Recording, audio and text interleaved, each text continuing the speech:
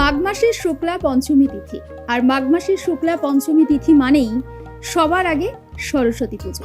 আর সরস্বতী পুজো একেবারে শীতের পরশ গায়ে মেখে বাঙালির ভ্যালেন্টাইন্স ডে বলা যেতেই পারে।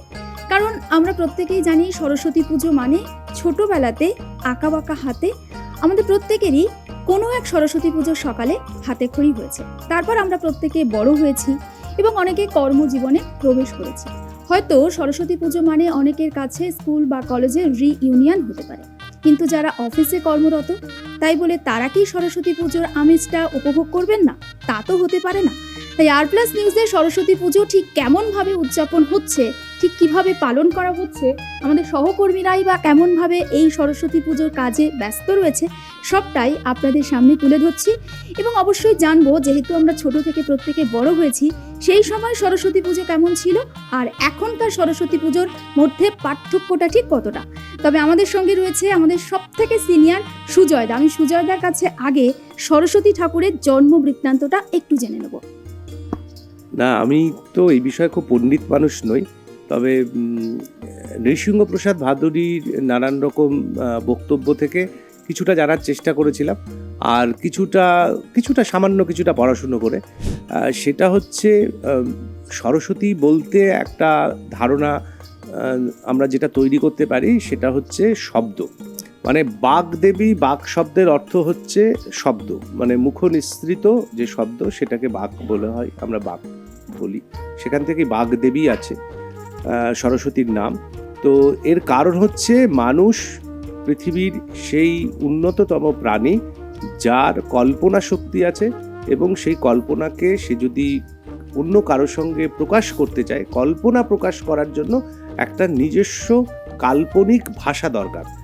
পৃথিবীতে অন্যান্য প্রাণীর মধ্যেও নিজেদের সংযোগ আছে, কিন্তু তারা তাদের যে সংযোগগুলো করে সেটা হচ্ছে প্রাকৃতিক বা শারীরবৃত্তীয় সংযোগ।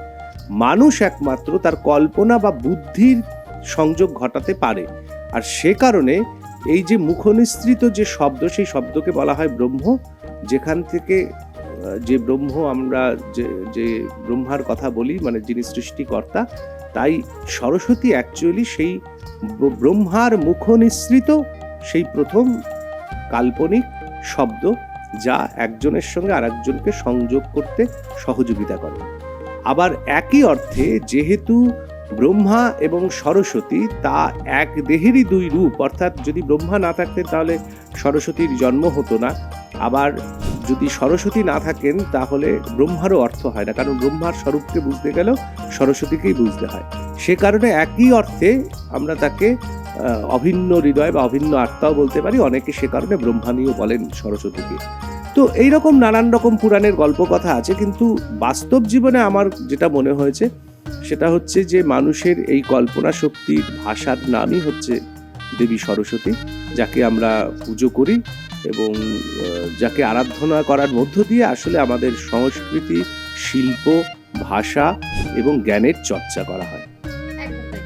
সুজয়দের কাছে আমি পরে অবশ্যই আসবো একটা মজার প্রশ্ন নিয়ে। তবে সুজয়দা খুব সুন্দরভাবে সরস্বতী ঠাকুরের জন্ম বৃত্তান্ত এবং বেশ কিছু ইতিকথা, কঠিন কথা আমাদের সামনে তুলে ধরলেন।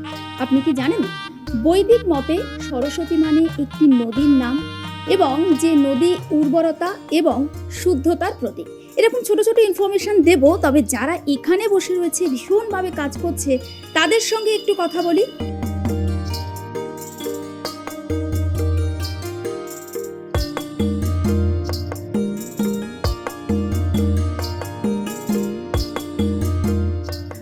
আমাদের সঙ্গে প্রত্যেকেই রয়েছে এবং পার্থদা খুব সুন্দর করে ছবিগুলো দেখাচ্ছে, সবাই কতটা ব্যস্ত সরস্বতী পুজোর সকালে।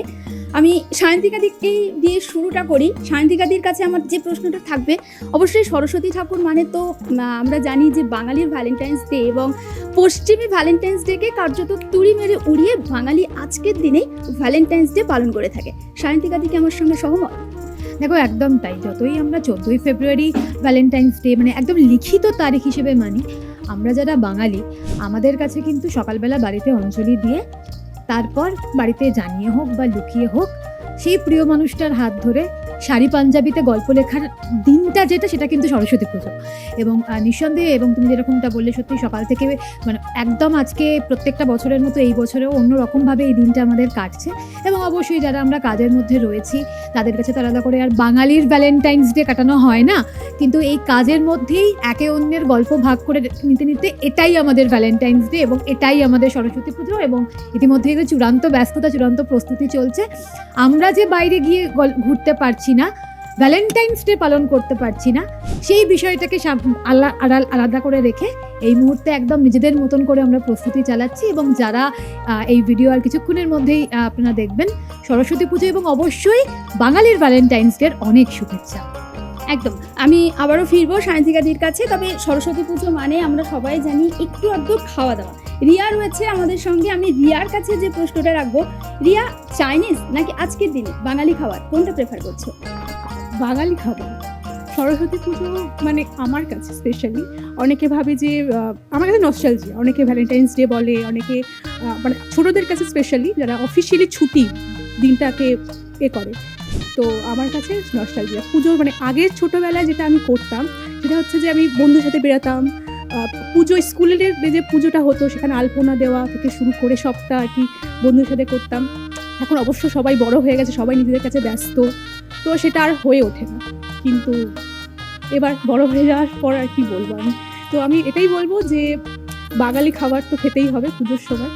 আর কিছু বলার নেই, খুব ভালো করে সবাই সরস্বতী পুজো সেলিব্রেট করুক, আর ছোটদেরও সেম একই কথা বলতে চাই আমি। অনুসুয়া রয়েছে রিয়ার একদম পাশে।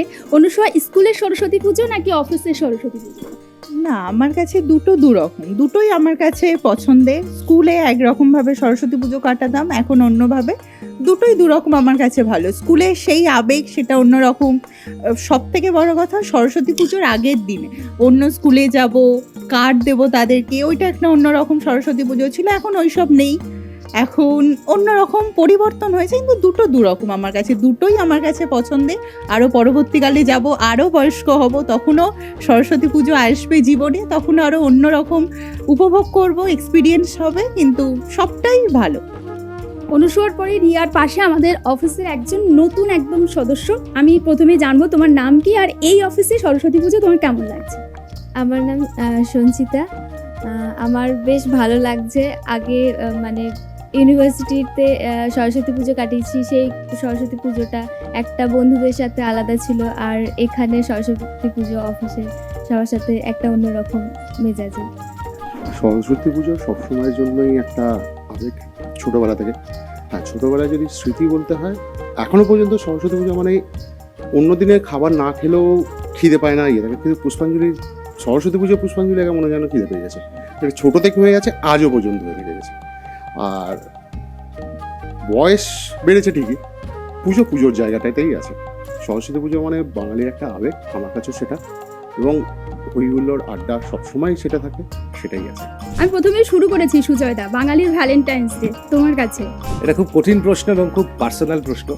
না, তবে একটা জিনিস হতো, আমাদের সময়ে সরস্বতী পুজোটা আমরা তো নিজেরাই করতাম, মানে স্কুলে বা কলেজে যেই সময় আমরা কাটিয়েছি, তো সেই সময় সরস্বতী পুজোটা আমরা নিজেরাই করতাম। তো যেহেতু নিজেরা করতাম, নিজেদের একটা ব্যস্ততা থাকতো, আর পাশাপাশি বাইরে যাওয়ার একটা প্রথম সুযোগ ঘটতো। হ্যাঁ, খুব ছোটোবেলায় এই বাইরে যাওয়া, যখন আমরা বাজারে যাচ্ছি বা ঠাকুর আনতে যাচ্ছি, তখন অন্য অন্য স্কুলের মেয়েরাও আসতো।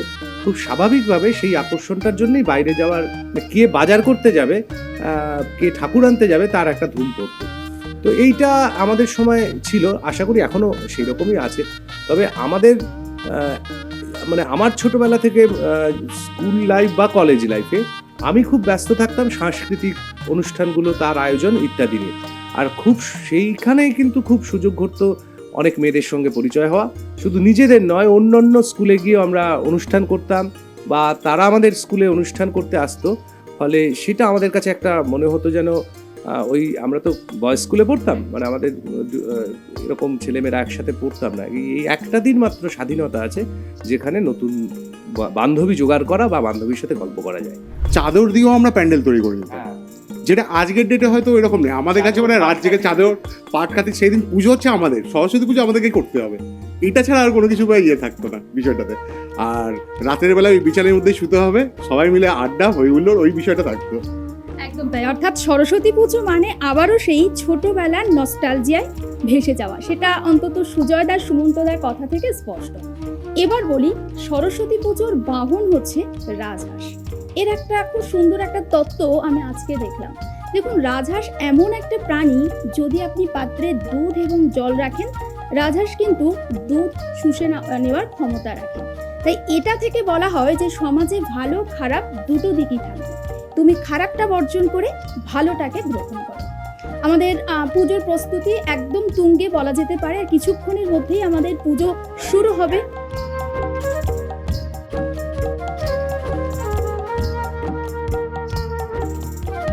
আমাদের বাঙালিদের সরস্বতী বলে নয়, যে কোনো দেবীর সঙ্গে একটা বাহন থাকে, তো মানে অন্তত আমরা সেইভাবেই দেখেছি। বাঙালি বলে নয়, হিন্দু দেবদেবীর সঙ্গে একটা বাহন আছে। বাঙালিদের মানে এটার একটা মূল কারণ হচ্ছে যে আমাদের সভ্যতাটা কৃষি নির্ভর সভ্যতা, এবং আমরা যদি একটু বিচার বিশ্লেষণ করে দেখি তাহলে দেখব যে এই যে হাঁসটা না আমাদের কৃষির সঙ্গে ওতপ্রোতভাবে যুক্ত। কারণ হাঁস কৃষি জমিতে ও যে জলটা সিঞ্চন করে, তার মধ্যে থেকে কৃষি জমির জলে প্রচুর পরিমাণে অক্সিজেন ঢোকে। দ্বিতীয়ত যেটা হয় সেটা হচ্ছে যে পতঙ্গ, মানে আমাদের কৃষি জমিতে যে সমস্ত ক্ষতিকারক পতঙ্গ থাকে, সেই পতঙ্গগুলো কিন্তু হাঁস খায়। ফলে এইটার সঙ্গে আমাদের উর্বরতা এবং কৃষির একটা সরাসরি সম্পর্ক আছে। শুধু সরস্বতীর বাহন হাঁস বলে নয়, ঠিক একইভাবে লক্ষ্মীর বাহন প্যাঁচা, যেটা আমাদের কৃষির সঙ্গে সম্পূর্ণভাবে যুক্ত, এবং বলাই হয় লক্ষ্মীমন্ত চাষার ঘরে পেঁচা আর কি, মানে যে জমিতে, যে চাষার জমিতে পেঁচা বাস করে সেই কৃষক হচ্ছে সমৃদ্ধশালী কৃষক, আর অনেক বেশি ফসল হবে, কারণ পেঁচা ওই ধরনের ক্ষতিকারক পতঙ্গগুলো খায়। হাঁসেরও তেমন ভূমিকা। পাশাপাশি যদি আমি কার্তিকের দেখি ময়ূর, সেটাও কৃষির সঙ্গে সম্পৃক্ত, হয়তো আমাদের এই অঞ্চলে নয়, কিন্তু আমরা একটু উত্তর পশ্চিম ভারতের দিকে যদি যাই, সেখানে ময়ূর একই কাজ করে, সাপ পোকামাকড় কীটপতঙ্গ খায়। ফলে এইটা শুধুমাত্র ধর্মীয়ভাবে নয়, আমাদের সমাজ জীবনে, কৃষি নির্ভর জীবনে কিন্তু এই বিশেষ পাখি পতঙ্গর যে ভূমিকা, সেটাও কিন্তু এর মধ্যে থেকে আমরা একটা শিক্ষা গ্রহণ করতে পারি, বা আমাদের সেই শিক্ষাটা যেন থাকে, সে কারণে আমাদের ঈশ্বরের সঙ্গে সেই বাহনগুলোকে প্রতিষ্ঠিত করা হয়। এটাও আর একটা দিক। আমি একটু খুব অল্প জানতাম, কিন্তু সুজয়দা সত্যিই তাই, মানে যে কোনো বিষয় এত সমৃদ্ধভাবে মানুষকে সমৃদ্ধ করে, মানুষকে বলে তারিফযোগ্য। আরও একবার একটু ফিরি সবার কাছে, কারণ খুব ইচ্ছে করছে, এক্ষুনি এই মজলিস বা মাহলটা ছেড়ে যেতে ইচ্ছে করছে না। আমি আমাদের যে নতুন সদস্য, ওর কাছেই যাই। সরস্বতী পুজোয় কি কোনো প্রেমের প্রস্তাব পেয়েছো? আমি তোমাকে বলবো, তুমি আমাদের সাথে গল্প একদম তাই, চুপচাপ রয়েছো, একটু ক্যামেরার দিকে তাকিয়ে কথা বলো, ওই সাইডে। একদম তাই, পার্থদার দিকে ঘুরে বসতে বলবো। এটা তো খুব পার্সোনাল, বাট না সেরকম ভাবে না, বাট ফ্রেন্ডদের সাথে ঘোরা বেড়ানো, সরস্বতী পুজোতে মজা, খাওয়া দাওয়া, তো এগুলো তো হয়েছে। সায়ন্তিকাদি খুব মানে ওকে খুব করছিল, গাইড করছিল। সায়ন্তিকাদির মনে তেমন কোনো অভিজ্ঞতা আছে কি? প্রশ্নটা আমি আরেকবার শুনতে চাই। এই যে সরস্বতী পুজোতে কোনো প্রেমের প্রস্তাব পেয়েছো কি? অগণিত, এর থেকে বেশি বলা যাবে না, কারণ প্রচুর দর্শক দেখবে, তো বাড়ির লোকজন দেখবে। এবার বাড়িতে যেগুলো এতদিন ধরে জানতো না, সেগুলো যদি এখন জেনে যায়, এবার এই বয়সে এসে যদি পিঠের মধ্যে দুরুম দুরুম করে পড়ে, সেটা তো খুব একটা ভালো হবে না। কিন্তু হ্যাঁ, মানে সরস্বতী পুজো মানেই তো তোমাকে কিছুক্ষণ আগে যেরকমটা বললাম, যে একটু শাড়ি পরে আসা, ছেলেদের স্কুলে কিন্তু একদম মাস্ট কার্ড দিতে যাওয়া, আমিও করেছি, আমরাও করেছি। এবং সেই সমস্ত স্কুলগুলোতে যাওয়া যেখানে ওই যেগুলো আমরা বাঙালিরা বলে থাকি যে সেই সমস্ত স্কুলে যেখানে আমাদের ব্যথা রয়েছে, আমিও গেছি, প্রচুর গেছি। এবং হ্যাঁ, সরস্বতী পুজোর দিন অন্য স্কুল থেকে যখন ছেলেরা আসতো, হালকা ঝাড়ি মারা, একটা প্রেমের সূচনা হওয়া, যে প্রেমটার সমাপ্তি সেই দিনেই ঘটতো। কিন্তু হ্যাঁ, এরকম প্রচুর ঘটনা ঘটেছে। তারপর আস্তে আস্তে কর্মজীবনে পা রাখা, এবং তারপর সরস্বতী পুজোর সংজ্ঞাটা বদলে গেলেও আজও কিন্তু এই বসন্ত পঞ্চমী মানে একটা প্রেমের একটা সূচনা। কারণ এর আর কিছুদিনের মধ্যে ভ্যালেন্টাইন্স ডে আসছে, 14ই ফেব্রুয়ারি আসছে। তাই 14ই ফেব্রুয়ারির সূচনা কিন্তু আমাদের বাঙালিদের জন্য কিন্তু সরস্বতী পুজো বা বসন্ত পঞ্চমী থেকেই যে হয়ে যায়, এমনটা তো বলাই যায়। একদম। আমরা দেখো সবাই বিভিন্ন রকমের ড্রেস পরেছে, কিন্তু আমরা জানি কি সরস্বতী ঠাকুর মানে খুব হালকা হলুদ এবং সাদা। বিনয়দা একমাত্র সেই ডেকোরামটা মেনটেন করেছে, তাই বিনয়দার সঙ্গে কথা বলতেই হচ্ছে।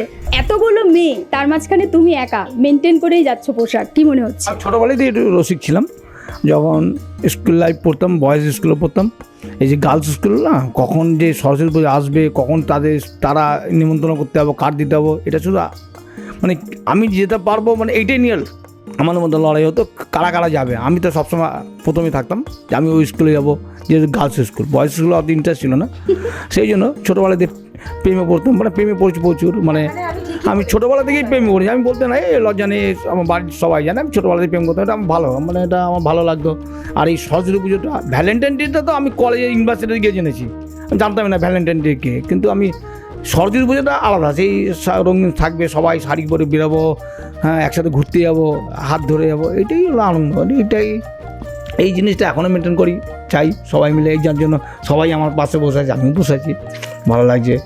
সরস্বতী পুজো আরও যতদিন বাঁচবো, আশা করি চলে গেলে তো চলে গেলাম, কিন্তু এই আনন্দটা থেকে চাই যে থাকুক সবার মনে, এই দিনটা যেন ফিরে আসুক, সবাই বছর বছর ফিরে আসুক সরস্বতী। একদম, বিনয়দা প্রেমের মানুষ, প্রেমে থাকতে ভালোবাসে। আমি রিয়ার কাছে আরেকবার যাব, কারণ রিয়া আমাদের একদম সব দিক থেকে খুব নিট অ্যান্ড ক্লিন থাকে, খুব সুন্দর করে সাজে। আজকেও রিয়া খুব সুন্দর একটা ইয়াররিংস পরেছে, দেখাই যাচ্ছে। আমি রিয়ার কাছে একটু রিয়ার প্রেমের অভিজ্ঞতা জানতে চাই, যদিও রিয়ার মনে সত্যিই খুব দুঃখ, ভীষণ দুঃখ, মানে ভীষণ দুঃখ। কেন? কোনো ছেলে পাওয়া যাচ্ছে না তো।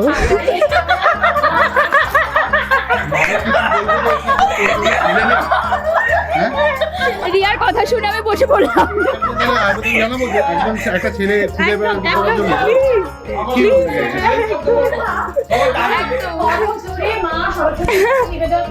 এই বসন্ত পঞ্চমীতে বাঙালি ভ্যালেন্টাইনে আমাদের রিয়ার জন্য যেন একটা বয়ফ্রেন্ড পাওয়া যায়। আপনারা অবশ্যই শুনছেন। পাত্র রয়েছে 8+এর দপ্তরে এসে আমাদের রিয়াকশন যোগাযোগ করবেন, আমরা আপনাকে রিয়াকশন আমরা সবাই মিলে রিয়ার জন্য প্রার্থনা করছি। অফিসের এই যে মজাটা, আমি অনুসুয়ার কাছে আরেকবার যাব। অনুসুয়া খুব শীঘ্রই নতুন জীবনে পা দিতে চলেছে, কিন্তু অনুসুয়ার কাছে একটুখানি স্কুল লাইফ, কতজনকে অনুসুয়া ঝাড়ি মেরেছে, অনুসুয়াকে কতজন ঝাড়ি মেরেছে, একটু পার্সোনাল ইনফরমেশন। না, সরস্বতী পুজো মানেই তো ভালো লাগা, আসা যাওয়া। ভালোবাসাটা অন্য ব্যাপার, ভালো লাগা ছোটোবেলা থেকে এসেছে। দাদাদের দেখতাম, একটা ভালো লাগা তৈরি হতো। অন্য স্কুলে যেতাম, গার্লস স্কুলে পড়তাম, সেখান থেকেই সরস্বতী পুজো মানে ছেলেরা আসতো, দাদারা আসতো। তারপরে কোর্ট স্কুলে গেলাম 11-12, দাদাদের দেখে ভালো লাগতো, সবাইকে নয়, তাহলে তো আবার বাজে ব্যাপার হয়ে যাবে, কয়েকজনকে ভালো লাগতো, কিন্তু ওই ভালো লাগা অবধি, সেটা আর বলে ওঠা হয়নি। হ্যাঁ, প্রেমের প্রস্তাব পেয়েছি ওই, কিন্তু তখন ছোট ছিলাম তো, একটু ভয় লাগতো, ভাবলাম আচ্ছা, তারপরে ভালো লাগাটা শুরু হলো, আচ্ছা প্রেমের প্রস্তাব পাচ্ছি, এখনও পাই, কিন্তু একটু পরিবর্তন হয়েছে। আমার থেকে বড় ব্যাপারটা হচ্ছে তোর কথাটা বল, তোরটাই তো কেউ জানতে চায়নি, তোর ব্যাপারটা এত লাগে জানা দরকার। তুই সবারটা জানতে চাইছিস, কিন্তু তোর ব্যাপারটা কি হচ্ছে? স্কুল লাইফ না কলেজ লাইফ, কোন লাইফে সব থেকে বেশি এই প্রেম ব্যাপারটা? আমার পার্সোনাল ইনফরমেশন জানতে চাইছে, একদম প্রথম থেকেই বলি, ছোট থেকে আমি প্রচণ্ড বাদর টাইপের। হ্যাঁ, সরস্বতী পুজো মানে প্রচণ্ড কিছু একটা এক্সাইটমেন্ট থাকতো। আমার যেহেতু গার্লস কলেজ ছিল, মানে স্কুল ছিল, এবং কলেজটাও সেটা, তারপর রবীন্দ্রভারতী, তো একটা আমাদের স্কুলে প্রচণ্ড রেস্ট্রিকশন, কিন্তু সাংস্কৃতিক অনুষ্ঠানের একটা ভীষণ ভালো ছিল। স্কুল থেকে অনুমতি দেওয়া হতো যে ওই একটা দিন তোমরা যেতে পারবে, কিন্তু সময়টা বেঁধে দেওয়া হতো যে এই সময়ের মধ্যে ফিরে আসতে হবে। ওই 1 ঘন্টা বা 2 ঘন্টা যেটা বেঁধে দিতেন ম্যামরা, সেটা মানে আমাদের কাছে একটা স্বর্গ ছিল। কি করতাম না, সবার আগে বেরিয়ে স্কুলের সামনে যে ফুচকার দোকানদার এখনও আছে, দেখা হলেও কথা বলে, ওনার কাছেই আমরা যেতাম। তারপর বন্ধুরা মিলে টই টই করে ঘুরে বেড়ানো, লোকজনকে ঝাড়ি মারা, সবার আগে আমরা সেটাও করতাম। এটাই ছিল। এবার সুমন্তদার কাছে শুনবো। মানে আমার কাছে আসতেই হবে তো? সবাই বলছে আমার কাছে স্কুল লাইফ যদি হয়ে থাকে, একদম ছোটোবেলায় যেটা থাকতো, তখন সেক্ষেত্রে প্রেম ব্যাপারটা ওই সব কিছু ছিল না, কিন্তু হ্যাঁ অ্যাভয়েড করছো? অ্যাভয়েড করছি না। প্রাথমিক বিদ্যালয়ের কথাই বলি, যদি কলেজ স্কুল একদম ছোটবেলা, না একদম ছোটের ব্যাপারটা চাইছি না আমরা সব বলে জানা দরকার। উচ্চ বিদ্যালয় থেকে জানতে তাই তোরটা বল। উচ্চ বিদ্যালয় আমারটা তো আমি বলবো, কোথায় বলবো? আমরা উচ্চ বিদ্যালয় জানতে চাই। তাহলে ইউনিভার্সিটি লাইফ সব থেকে বেশি বেটার ছিল আমার কাছে, কারণ ইউনিভার্সিটি লাইফে হচ্ছে বর্ধমান ইউনিভার্সিটি, এবং বর্ধমান ইউনিভার্সিটি মানেই সরস্বতী পুজোর একটা আলাদা ব্যাপার আছে। ওইখানে হোস্টেল লাইফ আমি কাটাইনি, কিন্তু আমাদের বন্ধুরা যেহেতু হোস্টেলে থাকতো, তো এই পুজোর সময় থাকতে চাইতাম যে ওই হোস্টেলে একবারই থেকেছি, বাকি ইয়ে হয়নি। তো ওইখানে একটা বিষয় থাকে তত্ত্ব নিয়ে যাওয়া, এবং সেই দিনটাতে মেয়েরা ছেলেদের হোস্টেলে, ছেলেরা মেয়েদের হোস্টেলে, এবং এই দিনটাতে একটা মজা আলাদা ব্যাপার ছিল। এইটা সব সময় আজও যখন সরস্বতী পুজো আসে, ছোটোবেলা তো অবশ্যই আছে, কিন্তু ইউনিভার্সিটি লাইফের যে সরস্বতী পুজোটা দেখেছিলাম আমি, সেটা আমার সব থেকে বেশি ভালো মনে থাকে। তত্ত্বের সঙ্গে কি কোনো স্পেশাল পত্র যেত? আমি কখনো পাঠাইনি আপাতত, তোমাকে অন্যদের তুমি পেয়েছো সেটা বলো, তুমি না আমি পাইনি সেই সৌভাগ্য। তার জন্য কি দুঃখ পাও? না দুঃখ কোনো রকম। আজকে জানতে চাইবো, বিয়ের আগে তার মানে তোমার বেরঙিন সরস্বতী পুজো যদি কেটে থাকে, বেরঙিন বলে সরস্বতী পুজো কিছু হয় না। বিয়ের পরে সরস্বতী পুজো একটু আমাদের সব সময় একেবারে বিয়ের পরে সরস্বতী পুজো যদি হয়, সে তার কাজে তার দিকে চলে গেছে আপাতত, আমি আমার কাজে এখানে এসেছি। এবার আফটার অফিস নিজেরা নিজেদের মতো একটু ঘুরতে বেরোনো হবে। আর এটা কি বিয়ের পরে তোমার বিয়ের পরের বিষয়গুলোতে এই বিষয়টা প্রমাণিত হলো, সুমন্তদা কিন্তু ব্যক্তিগত ইনফরমেশনকে ব্যক্তিগতই রাখলো, একদম তাই। সামনে কিন্তু প্রকাশ্যে কিন্তু রাখলো না। না না এখানে প্রকাশ্যে তো সব কিছুটাই থাকছে না, কিন্তু সেটাই তো। কিন্তু তোদের কাছে আমার একটা জিনিস বিষয় জানার দরকার, সেটা হচ্ছে স্কুল লাইফ না ইউনিভার্সিটি লাইফ? স্কুল লাইফ অবশ্যই স্কুল লাইফ। তো স্কুল লাইফের কোন পার্টটা সব থেকে বেশি মনে পড়ে সরস্বতী? কি সরস্বতী পুজোর সময়? হ্যাঁ 9-10-এ তো তখন ওই অন্য স্কুলে যাব, তখন সবে সবে বড় হচ্ছি না, তখন সবে সবে ডানা গজাচ্ছে, ডানা গজানো শুরু হচ্ছে সবে সবে। আমি একটা কথা বলতে চাই, আমাদের স্কুলে যখন তোমরা 9-এ উঠতে, তখন মানে এমনি তার আগে আমাদেরকে খুব ছোট হিসাবে ধরা হতো।